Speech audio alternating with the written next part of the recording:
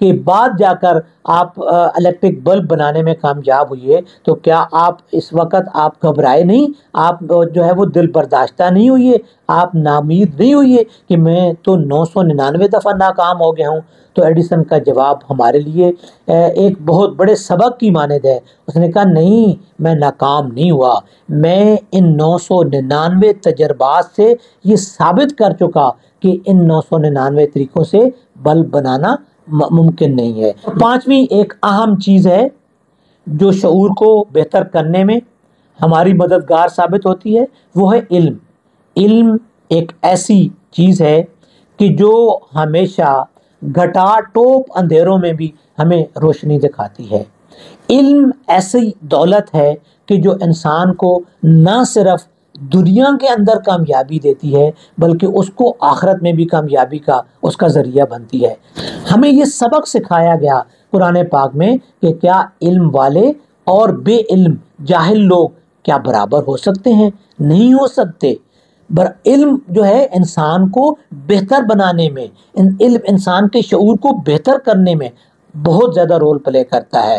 انسان دنیا کے اندر اپنے آپ کو بہتر بنا سکتا ہے، آخرت کی جو منزلیں ہیں ان کو آسان بنا سکتا ہے، اور وہ صرف علم کی وجہ سے۔ جب تک ہمیں کچھ پتہ نہیں ہوگا، ہم کچھ علم نہیں سیکھیں گے، ہم اپنی نہ آخرت کو بہتر کر سکتے ہیں اور نہ ہی ہم دنیا کو بہتر کر سکتے ہیں۔ لہٰذا یہ 5 ایسی چیزیں ہیں جن کو ہم اپنی زندگی میں لاگو کر کے اپنی زندگی کو بھی بہتر بنا سکتے ہیں اور اپنے شعور کو بھی بہتر بنا سکتے ہیں۔